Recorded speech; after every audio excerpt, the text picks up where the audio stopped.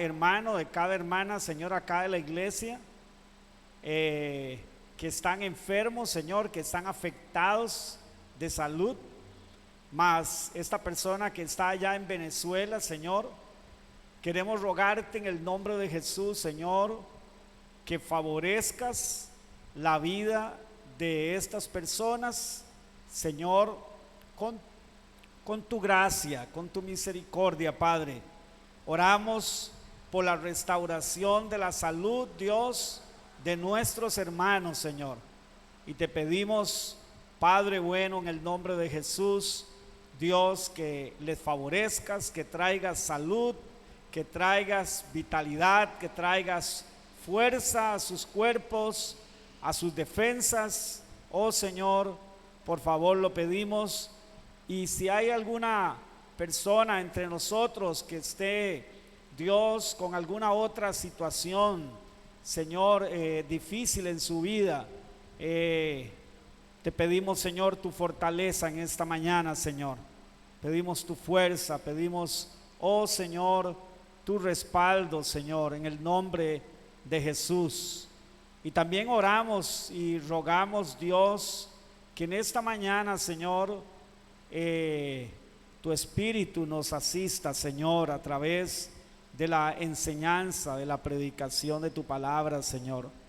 Que mientras hablamos tu palabra, que es poderosa en sí misma, nuestras vidas se vean edificadas, nuestras vidas, Señor, la vida de mis hermanos, la vida de esta iglesia, la vida de cada persona que vaya a escuchar esta predicación, se vea, Señor Dios, fortalecida, afirmada, alumbrada, Señor, motivada por tu Espíritu Santo, Señor, reavivada por tu Espíritu, Señor. Lo pedimos por Jesucristo nuestro Señor. Amén y amén. Bueno, vamos a continuar el tema. El tema, hermanos, ustedes saben que hemos estado hablando de la apostasía, ¿sí? ¿Cuántos se acuerdan? Que hemos estado hablando de la apostasía, ¿verdad? Ahora, tal vez preguntas, no sé si se han dado cuenta que a mí me gusta mucho hacer preguntas. Es que creo que las preguntas son importantes porque las preguntas nos tienen que llevar a respuestas, obviamente respuestas bíblicas, ¿verdad?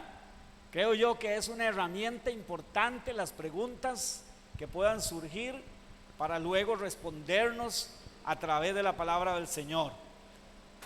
Una de esas preguntas es: ¿por qué es importante este tema en la iglesia? ¿Por qué es que es importante hablar de esto, de la apostasía? ¿Sí? ¿Por qué es que es importante? ¿Cuál es la responsabilidad que tiene la iglesia ante esta inminente maldad? Y oiga la palabra que usé, inminente.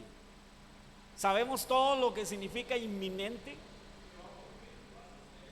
Que es algo que va a ocurrir y que puede desatarse o puede venir en cualquier momento.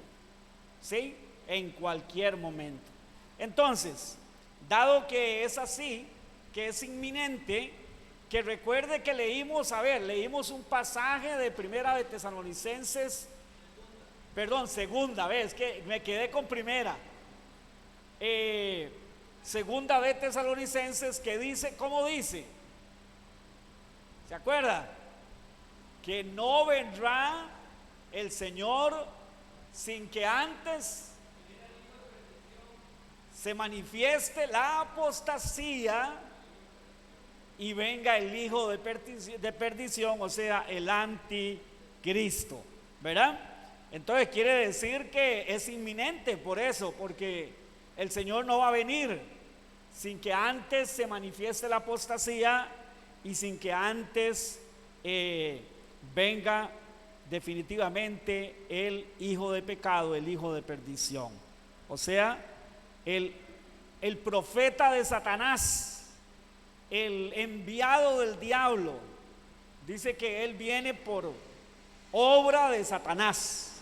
Imagínense, no que Satanás lo ha creado, no que Satanás lo va a crear, sino que Satanás lo va a poseer a ese hombre. O sea, ese hombre viene con el propósito de representar al diablo y a todo su plan satánico en el mundo. Así es que esto es inminente, hermanos. Por esas dos razones es que es muy importante. Vamos a Mateo, porque no nos hemos soltado de Mateo, estamos siempre en Mateo, y vamos a ir en el capítulo 16 donde estamos, al versículo 13,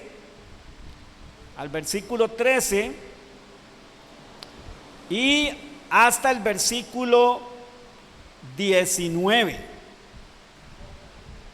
del 13 al 19 de Mateo. Dice así: viniendo Jesús a la región de Cesarea de Filipo, preguntó a sus discípulos diciendo: ¿quién dicen los hombres que es el Hijo del Hombre? ¿Quién dicen los hombres que es el Hijo del Hombre? Ellos dijeron, unos dicen que tú eres Juan el Bautista. ¿Por qué era que decían eso? ¿Ustedes se acuerdan? ¿Por qué era que decían eso? Porque Herodes había decapitado a Juan el Bautista, y Herodes era el que decía que Jesús muy posiblemente era Juan el Bautista que había resucitado entre los muertos, ¿verdad? Y entonces se regó la bola, y la idea de que Jesús era Juan el Bautista resucitado. Bueno, ¿qué más dice? Otros, Elías. ¿Cuántos se acuerdan de la profecía que decía que antes que viniera el Mesías, vendría el Elías prometido? ¿Sí? El Elías. Bueno, otros decían, no, este es Elías. Otros decían, no, este es Jeremías. Verá, este es Jeremías que ha resucitado y ha venido. O decía, o alguno de los profetas que ha resucitado, decían ellos.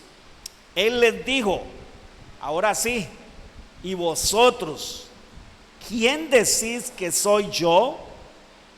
Respondiendo Simón Pedro dijo, tú eres... No están leyendo conmigo, ¿sí? Tú eres el Cristo, el Hijo del Dios viviente. Entonces le respondió Jesús, bienaventurado eres Simón, hijo de Jonás, porque no te lo reveló carne ni sangre, sino mi Padre que está en los cielos. Y yo te digo que tú eres piedra, en griego, Pedro, Petros, piedra. Yo te digo que tú eres piedra, y sobre esta roca edificaré mi iglesia, y las puertas del Hades no prevalecerán contra ella. Las puertas del Hades, hermanos, son las puertas de la muerte, las puertas de la condenación, las puertas de la muerte no prevalecerán contra ella. ¿Quién es ella? La iglesia, la iglesia que Él ha edificado y que dijo en ese momento que iba a edificar. Y a ti te daré las llaves del reino de los cielos, y todo lo que atares en la tierra será atado en los cielos, y todo lo que desatares en la tierra será desatado en los cielos. Entonces mandó a sus discípulos que a nadie dijese que Él era el Cristo. Bueno, mis queridos hermanos y hermanas, veamos un poquito del contexto de este pasaje, ¿sí? Un poquito del contexto, para no desligarnos del resto del Evangelio, no desligarnos del resto de los acontecimientos, de lo predicado por el Señor, de lo enseñado por el Señor hasta este punto.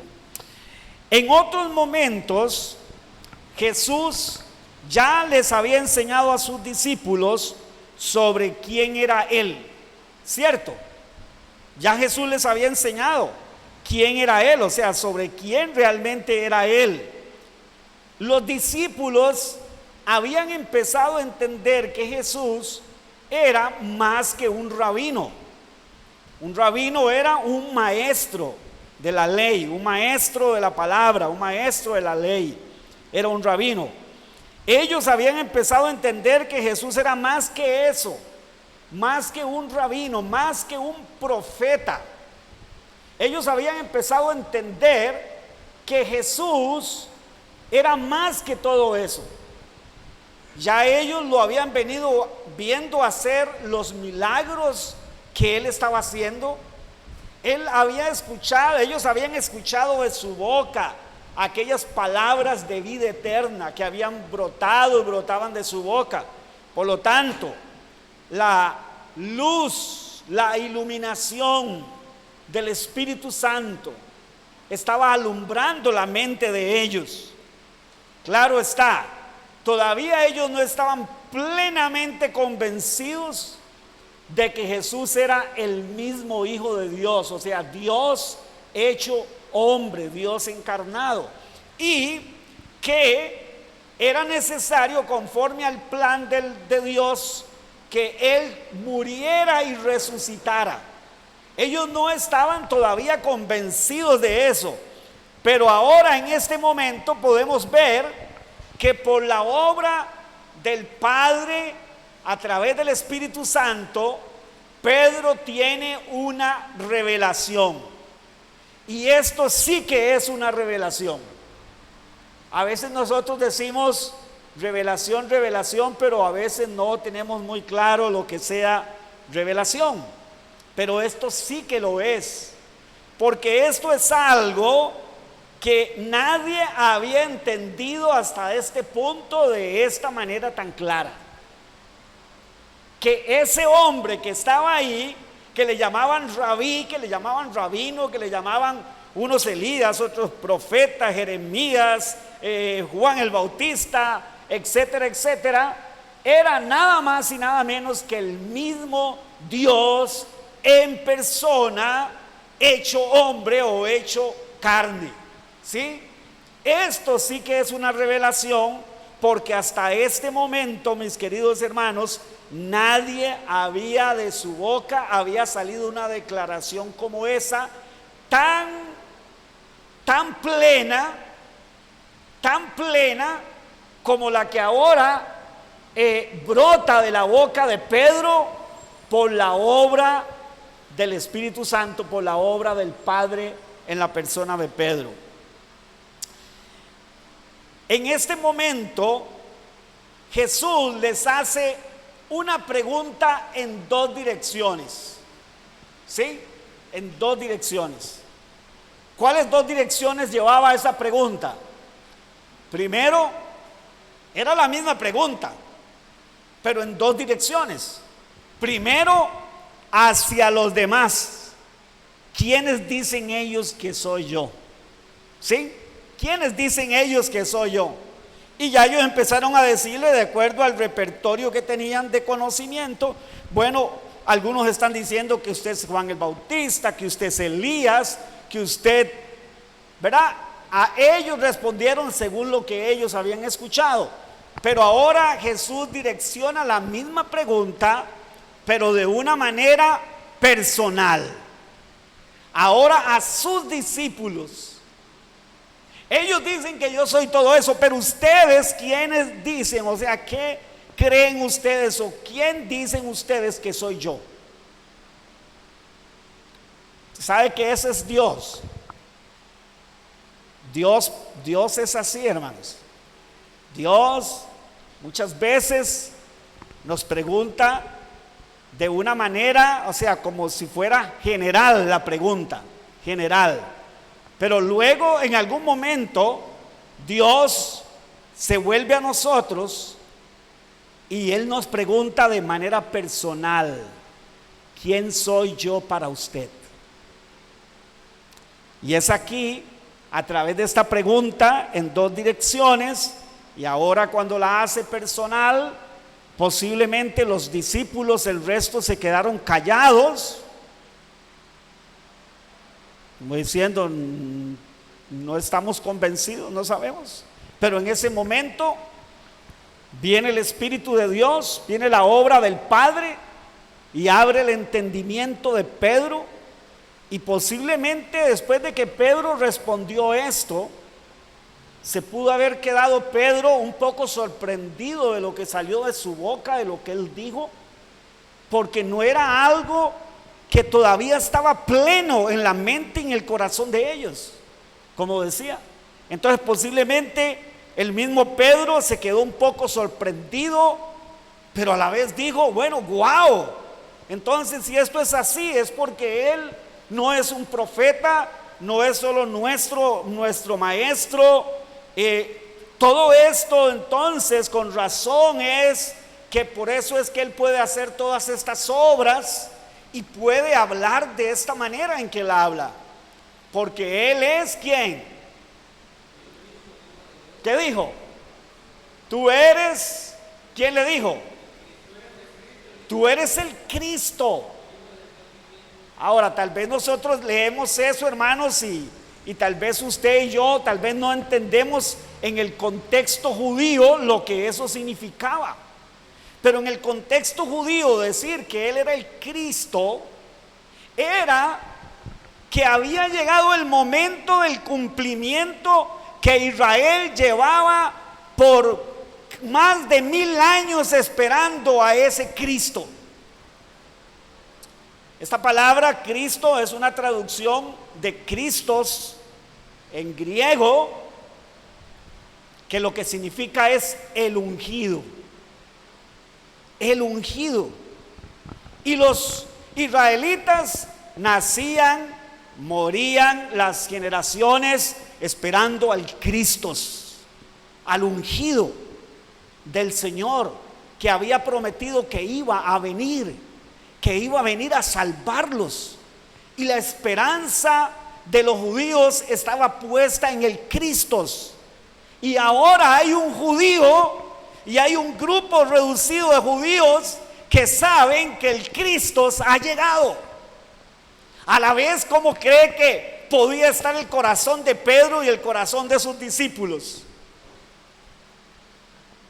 Como cuando sucede algo tan extraordinario, que uno seguro se queda así como anonadado y como diciendo, ¿es? ¿No es? ¿Verdad? En su humanidad, pero a la misma vez sumamente sorprendidos, porque ahora Dios ha revelado que ese es el Cristo y lo liga directamente a que es el Hijo de Dios. ¿Sabe que esta palabra Hijo de Dios, o esta expresión Hijo de Dios ahí, no es la misma como cuando habla de nosotros que somos hijos de Dios? Cuando la Biblia habla de que nosotros somos hijos de Dios, estamos hablando de que nosotros, siendo criaturas, Dios nos ha adoptado como sus hijos. Pero cuando habla de Cristo, está hablando de que este que está aquí es de la misma naturaleza del Padre. O sea que es el mismo Dios en la persona del Hijo que está ahí presente. Entonces cobra una dimensión infinitamente diferente la palabra Hijo. Bueno, mis queridos hermanos y hermanas, no vamos a hablar de lo que la iglesia es, ya lo hemos hablado en algún momento y en algún otro momento lo volveremos a hablar, pero estamos hablando de la apostasía. ¿Y qué relación tiene este acontecimiento tan extraordinario, esta revelación que Jesús dice? Ok, una vez que Pedro dice esta revelación, Jesús dice lo siguiente: y yo te digo que tú eres ¿quién? No sé si sabían que el nombre original de Pedro era Simón. Y el nombre Simón significaba caña.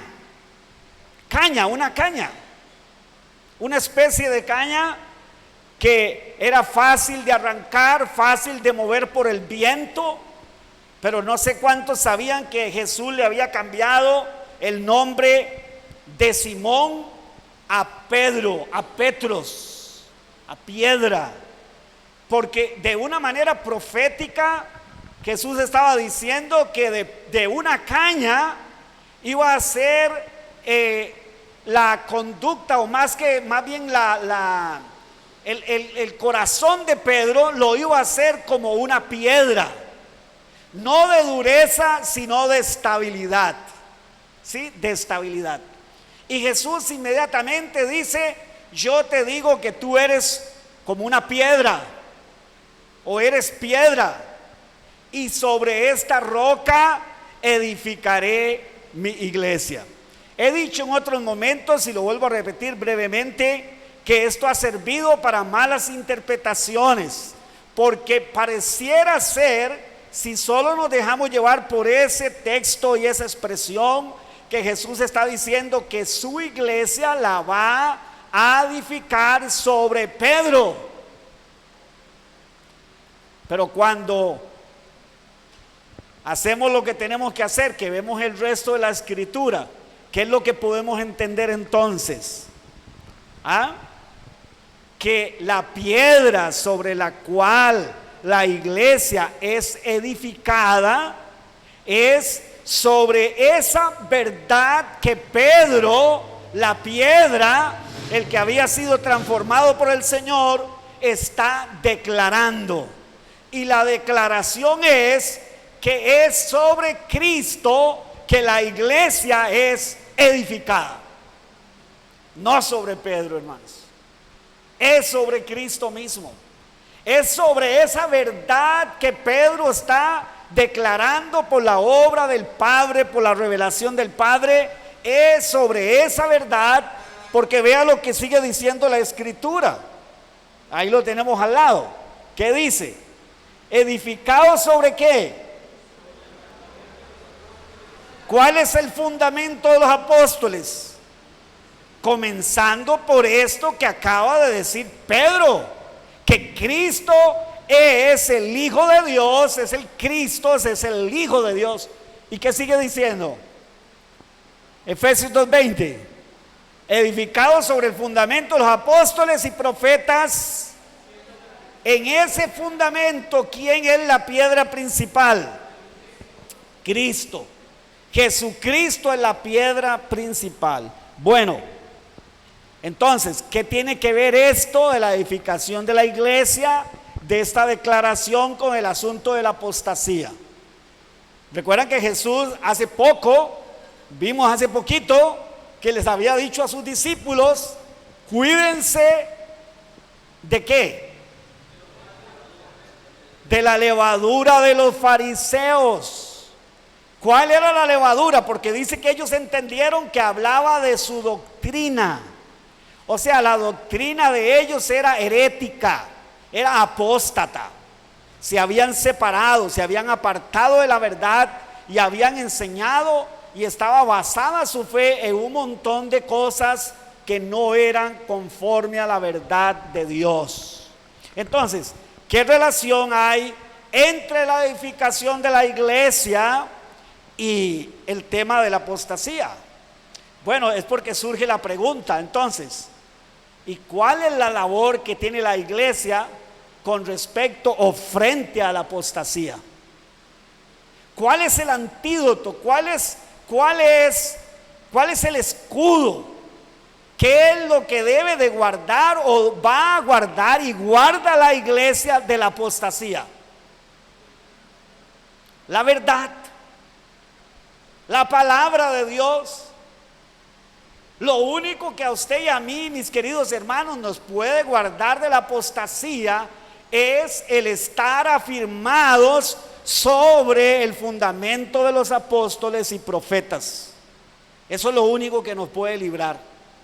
Ahora, más que el hecho de librarnos a nosotros, la pregunta es: cuál es la responsabilidad que como iglesia tenemos ante la apostasía. Por la palabra de Dios es que somos librados, en la palabra de Dios es que somos edificados, ¿sí? Pero ¿qué responsabilidad tiene la iglesia? ¿Es acaso solo la bendición de ser edificados en la palabra y de ser alimentados por ella? No, nosotros, ¿qué responsabilidad tenemos? Yo quiero que usted vaya conmigo a la primera carta a Timoteo, la carta pastoral, para que se familiarice con ese término, carta pastoral. ¿Por qué? Porque es una carta que Pablo le está mandando a un obrero, a una persona que es un pastor de una iglesia en Éfeso, que se llama Timoteo, y Pablo le está mandando una carta pastoral, instruyéndolo y diciéndole cómo tiene que hacer el ministerio, cómo debe de hacer todo aquello que él le ha mandado hacer en la iglesia de Éfeso. Y Pablo le dice en el capítulo 3 y en el verso 15, vea lo que Pablo le dice a Timoteo: esto te escribo, aunque tengo la esperanza de poder ir a verte pronto, esperanza de ir pronto a verte. ¿Cómo no es 3:15? 3:14, perdón. Es que puse 15, pero es 14 y 15. Nada más suban un versículo arriba. Dice, para que si tardo, que dice, si tardo, sepas, oiga, sepas, estés instruido, estés entendido, ¿de qué?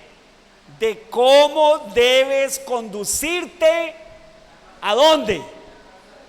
En la casa de Dios. ¿Qué es la casa de Dios? La iglesia del Dios viviente, que es que columna y baluarte de la verdad. Oiga lo que dice el Señor, que la iglesia es ante la apostasía y en pro de la verdad. En pro de la verdad, la iglesia es columna y baluarte de esa verdad. Esto nos pone a nosotros, mis queridos hermanos y hermanas, ante cuál es la responsabilidad que nosotros tenemos como iglesia con respecto a la verdad de Dios. Yo sé que la palabra de Dios en un sentido humano no necesita ser defendida. O sea, no es que si usted y yo no defendemos la Biblia va a perder la credibilidad que tiene en ser la palabra misma de Dios de manera plenaria, o sea, absoluta y total, en ideas, en palabras, en todo lo que ella contiene es palabra de Dios. No es que si nosotros no hacemos un esfuerzo humano, ella vaya a perder eso que ella es. No, vamos a ver cómo es que nosotros como iglesia tenemos que comportarnos para con la palabra de verdad. ¿Cuál es la responsabilidad que tenemos? Lo primero que Pablo dice, usa una metáfora, es de una columna. ¿Sí? La palabra griega para que está ahí, para columna, es estulos. Y lo que significa es columna que sostiene el peso de un edificio. Oye, por aquí tenemos nosotros dos columnas. ¿Qué creen ustedes que podría pasar con este edificio, al menos con esta parte del cielo raso, si nosotros quitamos esas dos columnas? Se viene, y si se viene eso, posiblemente se venga el techo también y se empieza a venir otra parte del edificio al suelo. ¿Sí? Entonces, lo primero que está diciendo es que la iglesia, con respecto a la verdad ante la apostasía, es que columna. Dice que la columna es la que sostiene el peso del edificio. ¿Qué significa eso? Que la iglesia tiene la misión, el llamado, la responsabilidad de sostener la verdad de Dios. ¿Cómo de sostener la verdad de Dios? Veamos la otra metáfora, porque usó dos metáforas. La otra dice que es baluarte. ¿Alguien sabe lo que es un baluarte? Mire, la palabra baluarte ahí es hebraioma y tiene que ver con obra de ingeniería militar. Una obra de ingeniería militar era una especie de como de columna de torre, ¿sí? Que se hacía con dos propósitos. Una, cuando un ejército iba a atacar una ciudad y la sitiaba, se apostaba alrededor de la ciudad, construían un baluarte que era una columna de madera alrededor para así poder subir y poder hacer un hueco en la muralla y poder entrar a la ciudad. Entonces el baluarte servía para atacar, ¿verdad? Para poder posicionarse, para no ser alcanzado por las flechas de los que estaban arriba en el muro de la ciudad. Lanzaban piedras, lanzaban cosas ardiendo, lanzaban flechas. Eso era como especie de una fortaleza. Ahí se metían y de esa manera empezaban a golpear el muro hasta que abrían un hueco. Entonces el baluarte servía para asuntos de ataque. Pero ¿sabe qué? Pero a veces en los muros de las ciudades también hacían baluartes para que los soldados pudieran meterse y defender la ciudad desde ahí y no ser fácilmente alcanzado por las flechas o las armas de guerra. Entonces, la iglesia es como una columna donde reposa la palabra de verdad en ella, pero también es como un baluarte, es como una fortificación para atacar, pero también para defender. ¿Sí? Para atacar, pero también para defender. Vamos a ver, hermanos, por lo menos, a ver si nos alcanza para por lo menos ver unas 4 formas. 4 formas, más bien vamos a ver 8, pero no sé si hoy vamos a ver tal vez 4, por ahí. Unas 8 formas en que la iglesia se manifiesta como columna y baluarte de la verdad. 8. Número 1, para los que apuntan. Número 1, ¿cómo nosotros somos columna y somos baluarte de la verdad? ¿De qué manera? Número 1, escuchando y obedeciendo la palabra de Dios. Número 1, Mateo capítulo 13, versículo 9 dice lo siguiente. En la parte sí, el verso 9 en especial dice: el que tiene oídos para oír, que oiga. El que tiene oídos para oír, que oiga. Pastor, ¿y qué tiene que ver eso con oírla y obedecerla? ¿Ah? A ver, ¿alguien sabe lo que ese hebraísmo significa? El que oye, el que tenga oídos, que escuche. Eso es un hebraísmo. Esa es una forma hebrea de decir, ¿sabe qué? El que oye esta palabra, tómela y obedézcala. Eso es lo que significa ese hebraísmo. El que ha escuchado este mensaje, el que está escuchando lo que yo estoy diciendo, dice Jesús, escuche y obedezca lo que escucha. Mis queridos hermanos y hermanas, la iglesia está llamada a escuchar y a obedecer la palabra de verdad. ¿Cómo podemos nosotros ser guardados de la apostasía? ¿Cómo debemos nosotros combatir la apostasía en la iglesia? Escuchando y obedeciendo la palabra de Dios. Primero, para eso, número uno, la palabra de Dios es la que tiene que ser predicada en la iglesia, ¿cierto?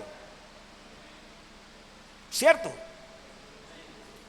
Porque si no, entonces, si no es la palabra de Dios la que es escuchada, predicada, si es cualquier otra ideología o filosofía la que se predica, pues entonces no es la palabra de Dios y sería más que un riesgo escuchar eso y poner por obra eso.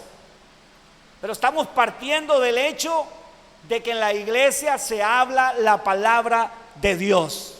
Debe de ser escuchada y debe de ser obedecida. Gracias, mi hermano. Escuchada y obedecida. Ahora, pastor, ¿y esto qué de nuevo tiene? No estamos hablando de nuevas revelaciones.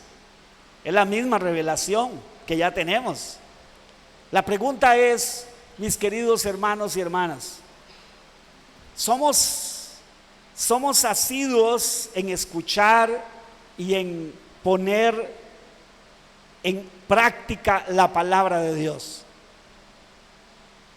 Por ejemplo, el jueves hablamos y comentamos, los hermanos que estábamos en el culto de oración, sobre cuando Jesús le dijo a los discípulos: velad y orad para que no entréis en tentación.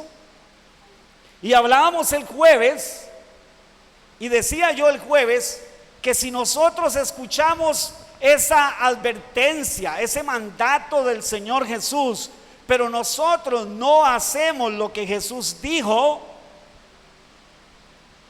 de nada nos sirve escucharla. Hay gente que cuando uno dice que la palabra de Dios, porque así lo es poderosa en sí misma, es que ella es poderosa cuando usted y yo la escuchamos y la ponemos por obra. Ella tiene el poder para transformar nuestra vida, para cambiar nuestra mente, para que usted y yo dejemos de pensar conforme a los pensamientos humanos de este mundo y podamos, viviendo en este mundo, en medio de humanidad, teniendo nosotros aún humanidad, que podamos nosotros vivir conforme a el pensamiento de Dios. Mis queridos hermanos y hermanas, todos nosotros estamos todavía infectados de muchas ideas y pensamientos que no son divinos, que no son conforme a Dios. Todos nosotros. Y estamos en un proceso. Pero en ese proceso, y para combatir la apostasía, y para librarnos de la apostasía, y para combatir la apostasía, lo que tenemos que hacer es prestar atención, ¿sí? Estar atentos a la palabra de Dios y ponerla por obra. ¿Qué hacemos nosotros, hermanos, con cada predicación de los domingos aquí? Es la pregunta, tal vez. ¿Qué hacemos nosotros después con esta predicación? ¿Qué hago yo? ¿Qué hace usted? ¿Qué hacemos? ¿Qué hacemos? Es terrible cuando nos acostumbramos a escuchar la palabra de Dios, hermanos, y que, ¿sabe qué? Y que saliendo por ahí olvidamos siquiera de qué se predicó ese día, de qué se enseñó. Es terrible, hermanos. Es terrible. Es terrible cuando nos acostumbramos a una vida cristiana, ¿sí? Que ya la palabra de Dios no nos es novedosa, ya no nos es sorprendente, ya no nos impacta, ya no nos pone en shock, ya no nos pone en una reacción de admiración. Qué terrible es esto, mis queridos hermanos y hermanas. Pero si usted y yo queremos hacer honor a ese llamado, a ese mandamiento de ser columnas y baluartes de la verdad, entonces tenemos nosotros que ser no tan solo oidores, dijo Santiago, el medio hermano de Jesús. Y digo medio hermano porque pudiera ser, bueno, de hecho no era hermano por medio de padre, sino solo por medio de madre, y por eso era medio hermano, hermano de Jesús, Santiago, el que escribe la epístola. Y él dice: hermanos, no seáis como tan solo oidores. ¿Qué quiere decir eso? Que desde los días de Santiago, de los días de los apóstoles, ya había la tendencia en el cristianismo a escuchar la palabra, pero a no ponerla por obra. Hay gente que cree que la Biblia es un amuleto. No sé si se han dado cuenta. Ya tal vez no se practica tanto eso, pero fíjese, en una ocasión fuimos a una casa donde decían que les hacían brujería y les hacían un montón de cosas terribles, espantosas, a través de brujería. ¿Y qué veo en la mesa de esa casa? La Biblia abierta en el Salmo 91, hermanos. Hasta que estaban amarillas las páginas, hermano. Tenían yo no sé cuántos años o no sé cuánto de tener esa Biblia abierta en el Salmo 91. Una idea que, pensando que la Biblia en sí, el libro, la pasta, las hojas y lo que ahí estaba escrito en sí era un amuleto, algo que si yo lo tenía en la mano, entonces por tenerlo en la mano eso me libraba, cuando en realidad la palabra de Dios, hermanos, se hace poderosa cuando usted y yo le prestamos atención y la ponemos por obra y tomamos decisiones firmes en nuestra vida para obedecer lo que Dios dice en su palabra. Ahora, ¿es fácil obedecer la palabra de Dios? No, fíjate que no. Fíjese que eso implica morir a nosotros mismos. Bueno, ¿cómo puedo yo entonces, cómo yo como iglesia, como parte de la iglesia, cómo puedo y cómo debo yo combatir la apostasía, la mentira, el engaño? ¿Cómo?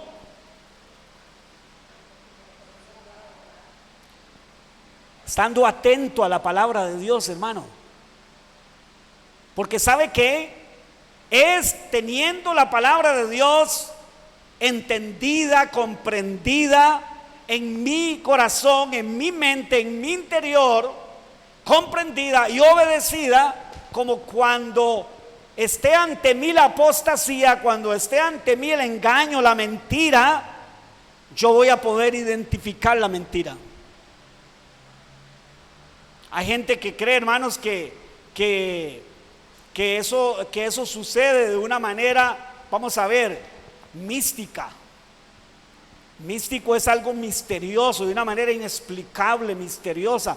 Yo no sé cómo me di cuenta, pero me di cuenta. No dudo en la obra del Espíritu Santo en nosotros, pero ¿sabe cómo trabaja el Espíritu Santo? En base a la palabra que Él ha revelado y que usted y yo tengamos en nuestra mente, en nuestro corazón. Así es como el Espíritu Santo trabaja.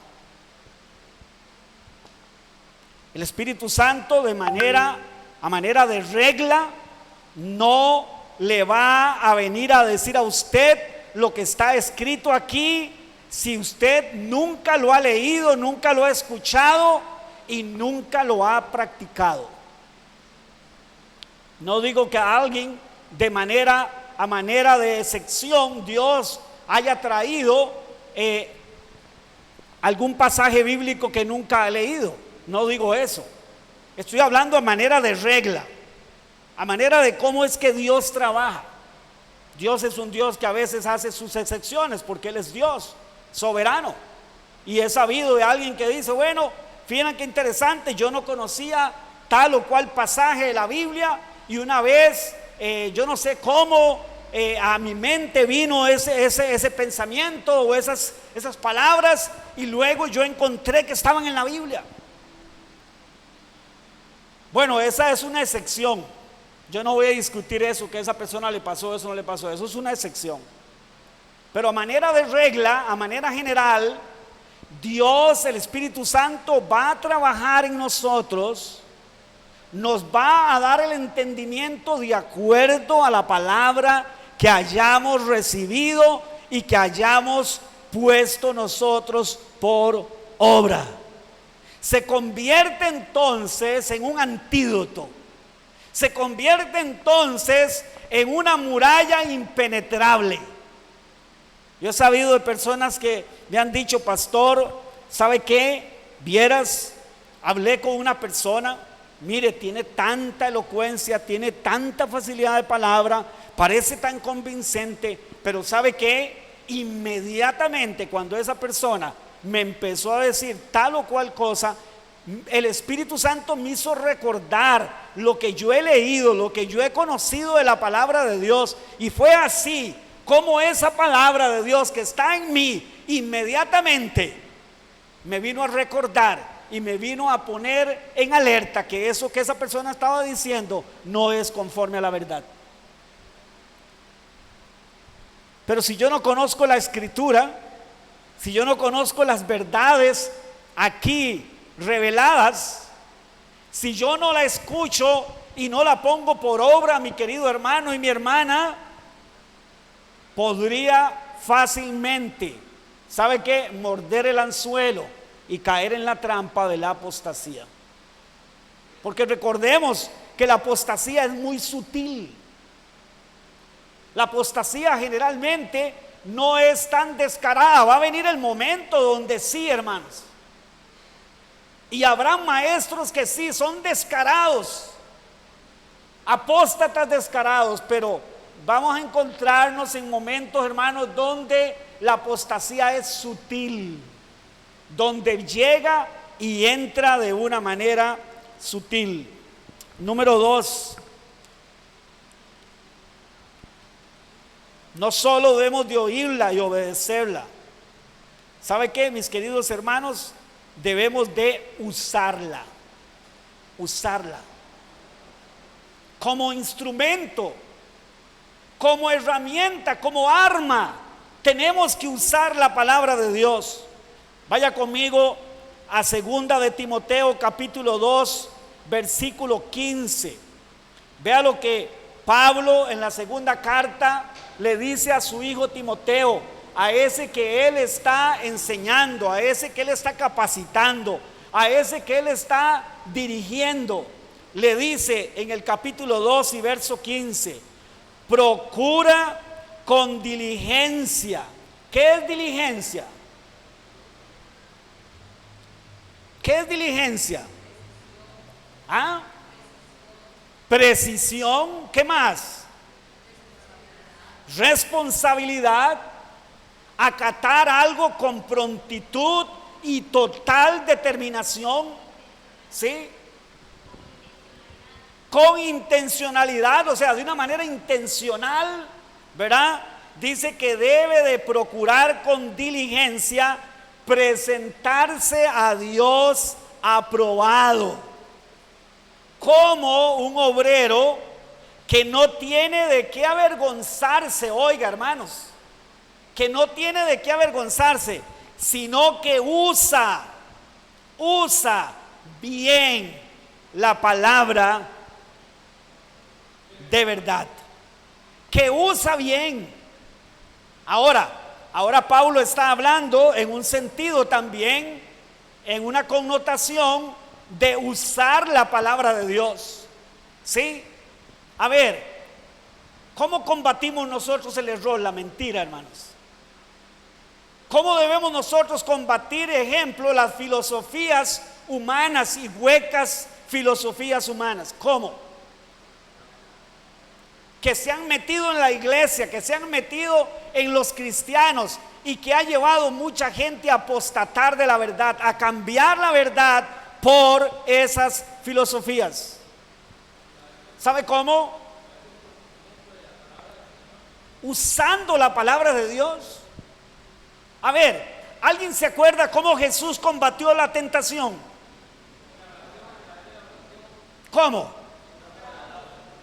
¿Qué dijo Jesús? Te reprendo, Satanás. Reprendió Jesús a Satanás diciéndole: te reprendo y te mando para el abismo y te ato. ¿Qué le dijo Jesús a Satanás? Escrito está. Escrito está. Escrito está. Escrito está. Escrito está. Jesús no se salió de la palabra. Él no tomó esto de manera personal en el sentido de que Él lo quiso hacer a su manera. No, Él como Dios, sujeto, como hijo, sujeto al Padre, sujeto al plan de Dios, al propósito de Dios. ¿Sabe qué, mis queridos hermanos? Él combatió la mentira de Satanás, la apostasía, la combatió.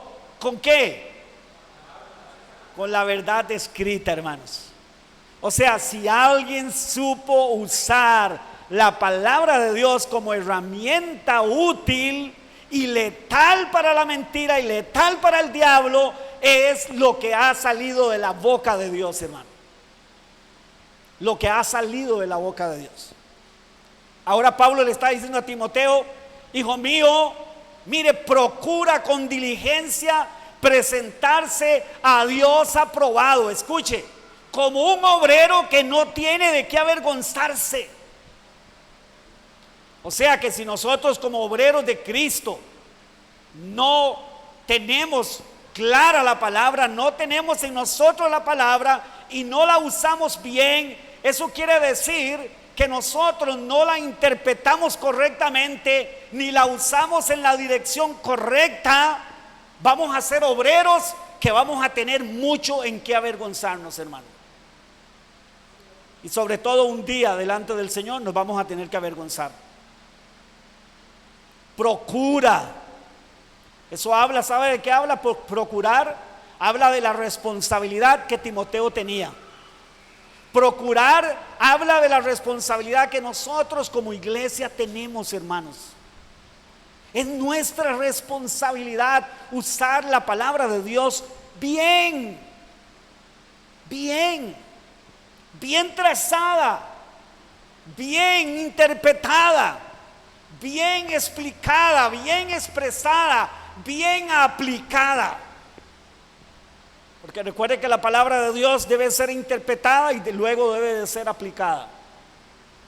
Y no es lo mismo exactamente. Son dos cosas que no son la una sin la otra, pero que no son exactamente lo mismo.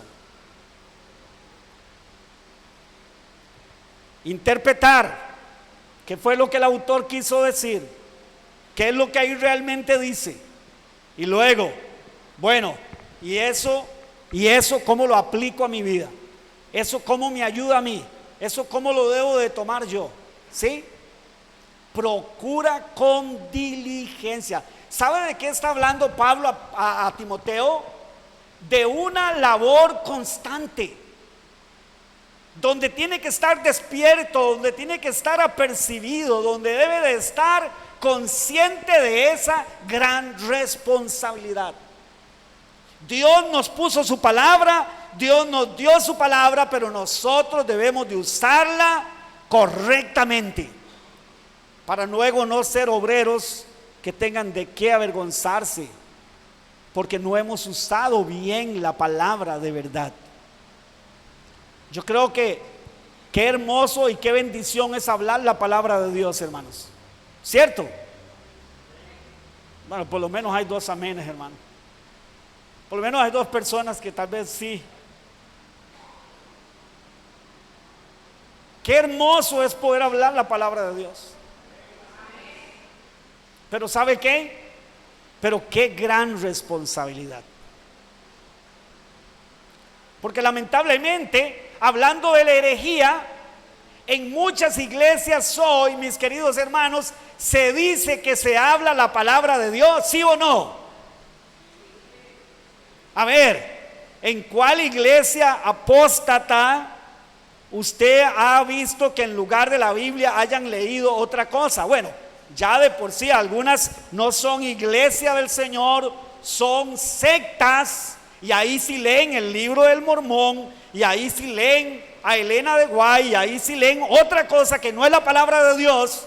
Pero hablando de las iglesias cristianas evangélicas, déjeme decirle algo, hermanos, no hay iglesia evangélica, o bueno, déjeme decirle, sí hay, hermano, porque últimamente hay iglesias donde ya no abren la Biblia, hermanos, donde los sermones vienen a raíz, hermano, de una historia. Empieza a contar una historia. La persona que está al frente cuesta una historia, una anécdota, una historia, y ya no abre ni la Biblia, y empieza en base a esa anécdota a decir: hermanos, ustedes son campeones, ustedes pueden, ustedes tienen la fortaleza, ustedes pueden, vayan, conquisten el mundo, vaya, hagan esto, hagan lo otro. Y ya no hablen la palabra de Dios. Pero en la mayoría sí hablen la palabra de Dios, la abren y la leen, pero a la hora de explicarla y de aplicarla, no es la palabra de Dios. Son sus propios inventos, son sus propios deseos. Es lo que esas personas realmente quieren decir y no lo que ella dice. Y el punto es, mi querido hermano y mi hermana, es que usted y yo lo que tenemos que hacer es que sea ella la que hable. No le tiene usted que poner tanto adorno ni tanta cosa, mi hermano. Yo sé que hay técnicas y hay cosas, hermanos, que no es que sean malas a la hora de predicar, pero déjeme decirle algo, mi hermano, mi hermana. Hay gente que quiere que uno durante la predicación esté contando chistes. ¿Usted no se ha dado cuenta que hay predicadores de eso, hermanos? Y allá cada uno con Dios, pero hay gente que lo que quiere es que mientras uno habla la palabra esté contando chistes. ¿Y qué tienen que ver los chistes con la palabra de Dios? ¿Y qué tiene que ver eso, hermanos, con lo que Dios quiere que escuchemos de Él? ¿Es acaso que venimos aquí a divertirnos? ¿A eso venimos? Es el púlpito y es el culto un show, un momento de diversión, de entretenimiento, para que no se me duerman. Entonces voy a estar haciendo. Ahí me acuerdo un predicador así, hermano, que cada rato le daba por esas cosas, ¿no? Y decía: para que se despierten. Por Dios, yo creo que eso es no tener claro, hermanos, a lo que venimos al culto, de lo que se trata el púlpito, de lo que se trata no es un show, no es un show. Por eso es que apelamos a adorar al Señor independientemente de cómo nos sintamos. Porque si imagínense, hermanos, si esperamos que nos sintamos en óptimas condiciones, hoy sí me siento en óptimas condiciones para adorar al Señor, hoy no me siento, hoy sí me siento. No, mi querido hermano, mi hermana, todos pasamos momentos difíciles, pero déjeme decirle algo, hermano: la iglesia, el culto, el púlpito no es un show de luces, no es nada de eso. hemos convertido la iglesia y para mucha gente ya eso es tan normal, eso es apostático, eso es mentira, eso es engaño, eso se ha mentido en la iglesia, eso hay que denunciarlo y eso hay que sacarlo. Y lo único que saca todo eso, hermano, toda ese rumbre y toda esa cochinada, hermano, es la verdad de Dios, la verdad divina.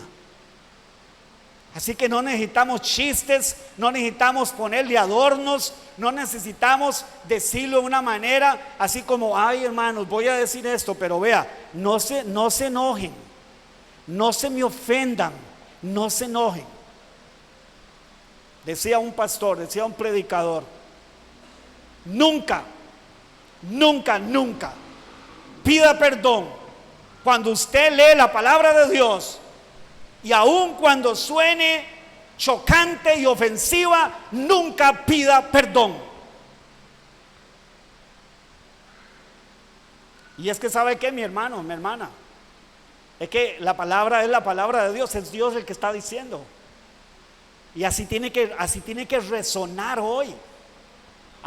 Así tiene que resonar, así como ella es, con esa misma esencia, así tal como Dios lo dijo. Así como el Espíritu Santo se lo reveló a Pedro, a Pablo, así como Pablo le habló a Timoteo, tal cual le habló, así tiene que resonar la palabra de Dios hoy. Porque es eso lo que nos mantiene limpios de la apostasía, porque si no, la apostasía es sutil. Y la apostasía, cuando nos damos cuenta, hermanos, empezamos con que, ay no, qué aburrido, pongamos unas lucecitas de colores. Y no crea, hermano, yo no estoy diciendo esto señalando allá, para allá, o sea, para allá, no. Estoy diciendo que yo en mis años anteriores, yo hice cosas como esas. Porque la idea era, ¿qué hacemos para que los jóvenes no se aburran? ¿Qué hacemos? A ver, ¿qué hacemos? Ay, a ellos les gusta ir a las discotecas. Entonces, ¿ustedes sabían ahora que hay discotecas cristianas? Discotecas cristianas, hermano. En Guatemala hay discotecas cristianas, en otras partes hay discotecas cristianas, donde los jóvenes solo pegar gritos y ¡uah! Vamos a ir a alabar al Señor, decíamos en aquellos tiempos, moviendo la greña para el Señor. Por favor, mis queridos hermanos y hermanas, lo único que puede mantener la iglesia, que es columna y baluarte de la verdad, lo único que la puede tener pura, limpia para el Señor, es guardando su verdad, usando su verdad correctamente, contra viento y marea, contra todo lo que venga, hermano, por encima de nuestros sentimientos, por encima de nuestros deseos, por encima de nuestras fabulosísimas ideas, por encima de todo, hermano. ¿Sí? Porque a veces cuando tratamos de ponernos tan creativos, tenemos que empezar aquello, hermanos, si eso realmente no atenta contra la verdad de Dios. Porque podría ser que esa sea la manera como la apostasía empieza a metérsenos y no nos damos cuenta. No nos damos cuenta. ¿Me doy a entender? Tenemos, hermanos, que ser celosos de estas cosas. Número 3, para terminar con número 3, y la otra semana, primero Dios, desarrollamos los otros. Debemos de tenerla guardada en nuestro corazón. ¿Sí? Guardada. ¿Qué es guardada? Vea lo que dice el salmista. El salmista en el Salmo 119, en el verso 11, dice lo siguiente: en mi corazón, oiga, en mi corazón he guardado tus dichos. Cuando habla del corazón, está hablando del interior. ¿Sí? A veces nosotros creemos que cuando decimos corazón estamos hablando de una parte del ser humano, alma es otra parte, y no sé, y el espíritu otra parte. Espíritu, alma y corazón. Déjeme decirle, hermano, en la Biblia esas tres palabras hablan en forma general del interior del hombre. A veces dice alma, a veces dice corazón y a veces dice espíritu. Está hablando exactamente de lo mismo. En mi corazón he guardado tus dichos. He guardado, he atesorado. Eso quiere decir, ¿sabe qué? Que mi vida se rige por tus dichos. Que mi vida está basada en tus dichos, en tu verdad, en tu palabra. Dice, en mi corazón he guardado tus dichos. Oiga, para no pecar contra ti. ¿Cuál es el antídoto contra el pecado entonces? ¿Qué es lo que nos libra a nosotros de pecar contra Dios? Guardar la palabra de Dios, guardarla en el corazón, hermano, que eso venga a ser la esencia nuestra, lo que alimente, lo que sostenga nuestro corazón, nuestro interior, lo que nos haga estar alertas ante la apostasía, ante el engaño, ante el pecado, ante la mentira. Él dice, en mi corazón he guardado tus dichos. ¿Sabe que esta expresión que él está usando de guardar, está hablando como si estuviera hablando de un tesoro? Cuando algo es muy valioso para uno, ¿qué hace uno con ese algo valioso? Lo deja ahí tirado en el patio, lo anda ahí por cualquier lado, ahí donde quede. ¿Perdón? Ok, lo tiene generalmente en un lugar protegido. Eso habla de lo especial que eso es para mí. Pero si usted viene a mí y me regala un anillo, no sé, y de pronto usted se lo encuentra ahí botado, ¿qué es lo que usted piensa? Viene y me lo da y me dice, vea hermano, este anillo significa mucho para mí, toda la cosa, pero yo se lo quiero regalar a usted. O sea, quiero heredárselo, quiero regalárselo. Y luego usted viene y pasa y el anillo está ahí botado. ¿Cuál es la sensación? ¿Qué es lo que a usted le queda en su mente inmediatamente? Que para usted sí era muy valioso, pero que para mí yo no lo tomé con ese valor. ¿Sí? Y él dice, he guardado tus dichos. ¿Sí? La única norma de fe y de vida para el creyente, mis amados hermanos, es la palabra de Dios. No hay otra cosa. Y la palabra de Dios no es compatible con ningún pensamiento ni filosofía humana. ¿Escuchó eso? No es compatible, hermano. No, es la palabra de Dios más algunas filosofías, algunos dichos buenos. Eso es lo que la gente empieza a hacer y lo que la gente empieza a decir, hermano. Entonces empieza a meter filosofías humanas a la palabra de Dios, o sea, como que la palabra de Dios es compatible a esas otras filosofías. Error garrafal. El salmista lo tenía muy claro y él dice, no, yo lo que he guardado ha sido tus dichos. Yo lo que he guardado en mi corazón, yo lo que tengo muy presente en mi corazón, lo que le da vida a mi interior, lo que le da vida a mi ser, lo que me da vida a mí es guardar tu palabra. Eso me ayuda a no pecar contra ti. Eso me guarda de no pecar contra ti. Eso me guarda de la apostasía. Eso me guarda de todo riesgo, de toda mentira, de todo error. La próxima semana, mis amados hermanos, vamos a hablar las siguientes 5 cosas. Solo se las voy a decir para que queden ahí en su corazón. Ser columna y baluarte de la verdad como iglesia, ¿sabe qué es? Es el deber de saber sostener la palabra de Dios. Sostenerla.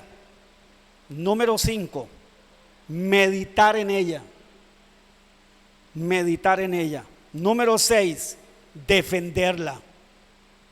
¿Sí? Defenderla. Número 7, divulgarla. Hablar de ella a diestra y a siniestra, a tiempo y afuera de tiempo. Y número 8, demostrar su poder en vidas santas y comprometidas con Dios. Esas 8 cosas nos dan una idea más general de lo que significa que la iglesia es columna y baluarte de la verdad. Y eso es lo único, la verdad es lo único que nos puede librar de la apostasía, que es la mentira. La apostasía, mis queridos hermanos y hermanas, es el arma diabólica, el arma satánica. Desde los días de Cristo, hemos visto a través de toda la historia bíblica, vimos los últimos 2000 años de la iglesia, hermanos. Y cómo la iglesia no ha sido, o sea, no ha quedado, pues que la apostasía no se haya metido en la iglesia. La iglesia también se ha visto afectada por la apostasía, hermanos. Y hoy, más que nunca, y a partir de ahora, más que nunca, estoy seguro que la apostasía va a ser el arma de Satanás para querer destruir la iglesia del Señor Jesucristo. Pero Jesús dijo que ni las puertas del Hades podrían contener a la iglesia. Amén. Padre, ayúdanos, Señor. Gracias por tu palabra, Señor. Tu palabra es la verdad, Señor. Y aunque nosotros no quisiéramos a veces tener encontronazos, tener que pasar, Señor, por ser vistos como raros, como repugnantes, como repugnosos, por enseñar tu verdad, Dios. Ayúdanos a ser columna y baluarte de esta verdad preciosa que nos has dado, Señor. Lo pedimos por Jesucristo nuestro Señor. Amén y amén. Gracias, pastor. Y que